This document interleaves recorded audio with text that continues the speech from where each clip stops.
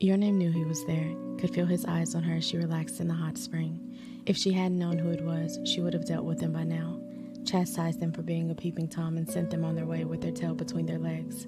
Instead, she allowed him to watch for a few more minutes.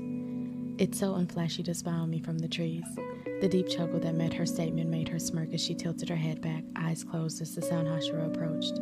As light on his feet as ever, he was squatting beside her without her ever hearing him, but she'd sensed him.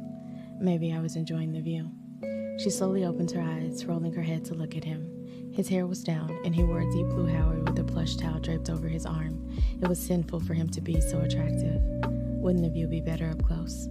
It was his turn to smirk, and he put the towel next to hers on a large rock, disrobed, and stepped into the hot spring. He crowded her space, boxing her in, and she looked up at him. "Let me guess, the wives are away and you want to play?" "We both know they play with each other far more than they play with me." She draped her arms over his shoulders. "Poor you, being neglected by your wives. I'm sure you're all torn up about it." "I am. You should make me feel better." One of his hands slid into the water and ghosted along her thigh. "I may cry if you don't." She gave him a teasing smile. "I might like to see that." Tengen leaned down and spoke against her lips. "You seem to forget I can make you cry too." He ran his tongue along her lower lip, in the best way possible.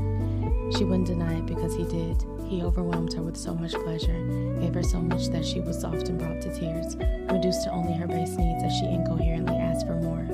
Your Name took him into her hand beneath the water as she kissed him, slipping her tongue into his mouth as his hand drifted to the apex of her thighs.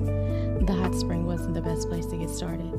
They should have gone somewhere more private, but it wouldn't be the first time he'd brought her to tears outside. She'd have to remember as much of it as she could because she knew Makio would want to play by play the next time she came to play with Your Name.